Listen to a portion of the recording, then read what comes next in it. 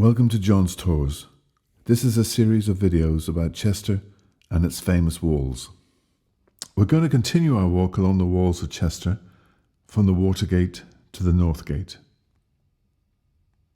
The walls here were not built until the 12th century and used to follow the original banks of the River Dee. If we see the 1571 map by Bruin, we see the River Dee approaching right up to the walls of the Watergate, and there was just enough room for the ships to offload and load, either by beaching or loading the cargo from the quay. However, by Holler's map of 1660, we can see that the river had silted to such an extent that even the water tower was now landlocked. More of the water tower later. This area has now been redeveloped, and the crane wharf was built. Let's have a look at a painting from the mid-19th century which shows the cheese wharfs, sailing ships and the infirmary in the background.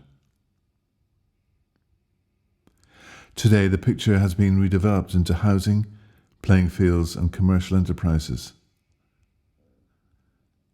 To our right is Stanley Place Mews, a wonderful Georgian street. Next is Sedan House, built in the 1780s. Sedan House takes its name from a porch on City Walls Road that was used for sedan chair customers. The porch would have two doors. The sedan customer would therefore be able to step inside her house without getting wet or being affected by adverse weather conditions. The chairman entered and departed from these separate doors and probably got very wet, the passenger alighting and embarking under cover. It is a Grade 2-star listed building. Many ladies of fashion use this form of transport and used a porch so that they would never get wet. To our right is Linen Hall Chambers and Car Park. It used to be known as the Yacht Fields. The linen merchants built 95 shops around the perimeter of the rectangular courtyard.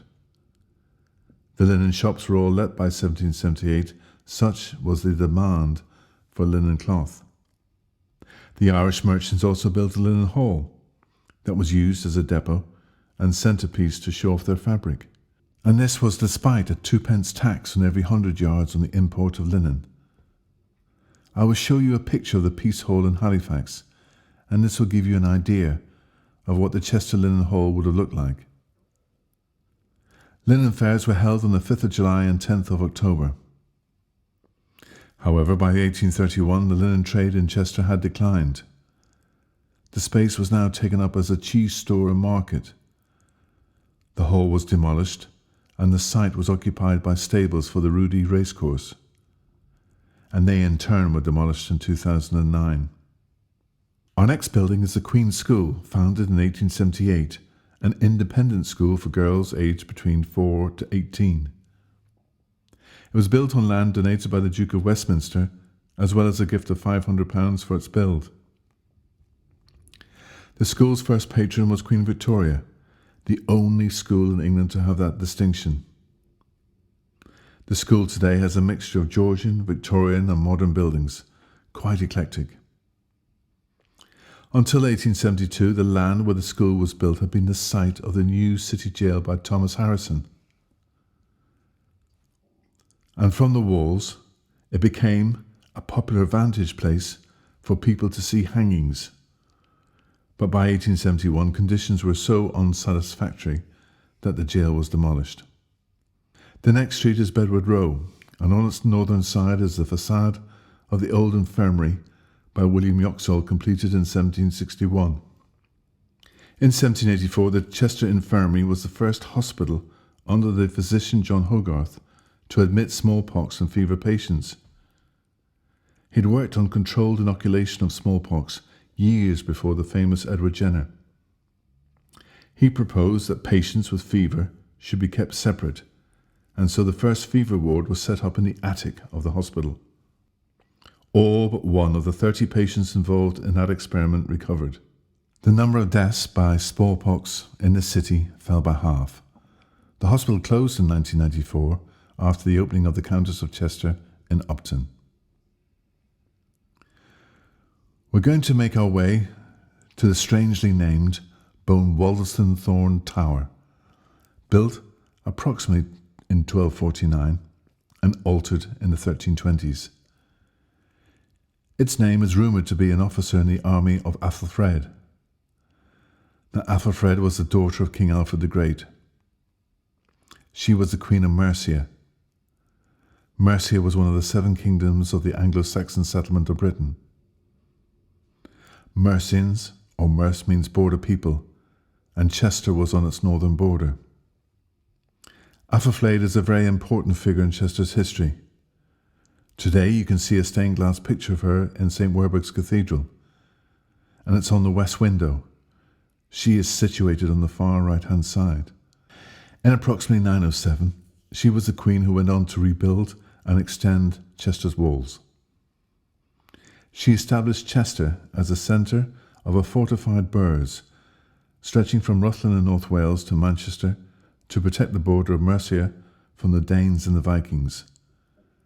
She was a warrior queen and built 10 burhs in her area. So what is the meaning of a burh? It's a military defence of ditches and banks, a fortified structure. But the burh also had a secondary role as an economic centre in which trade and protection could take place. There were armories, blacksmiths, royal mints, and trading posts were all located within the burh. Burhs are widely thought to be the origin of urban life in England, and to some, the city of Chester owes its existence to Athelflaed.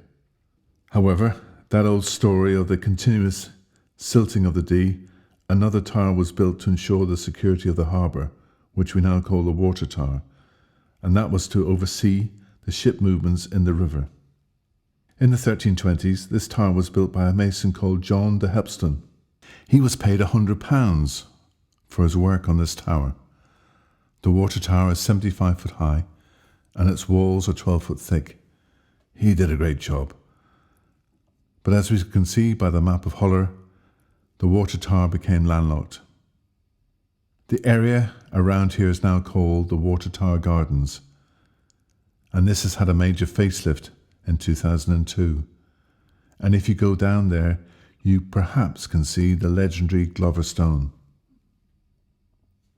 We'll cross over the railway line, and it's here that we can see Telford's Warehouse and Canal Basin. From here, people in 1795 could now travel from Chester to Ellesmere Port and on to Liverpool.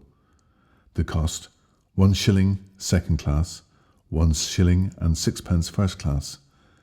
The journey time would take between 3 to 5 hours. Our next feature is Pemberton's Parlour, or the Goblin Tower. Now, the Goblin Tower used to be twice its height, but it was damaged in the Civil War. In the early 1700s, part of the tower was taken down and repaired, and today we can see a strange-looking half-circle tower called Pemberton's Tower. So who was John Pemberton? He was a rope maker in Chester, and he established a rope walk within the walls between King Street and the Water Tower. It is said that he used to sit and watch his workers work while they twisted the strands of fibres. In 1733, Jonathan Whittle applied for a licence to use the area between Barn Lane and the new tower to spin and make small cords and ropes. The licence that he applied for cost 12p for a whole year. In 1894, the Goblin Tower had to be rebuilt again due to the vibration from the trains. And here, if you need to have a seat, this is the place for you. A hoard of silver coins was found here in 1914, and this is probably due to the Vikings plundering Chester 1,000 years earlier. We come to St. Martin's Gate, built in 1966, and we use this walkway to get over the inner ring road. Our next feature is Morgan's Mount. Morgan's Mount is named after a royalist captain and his son.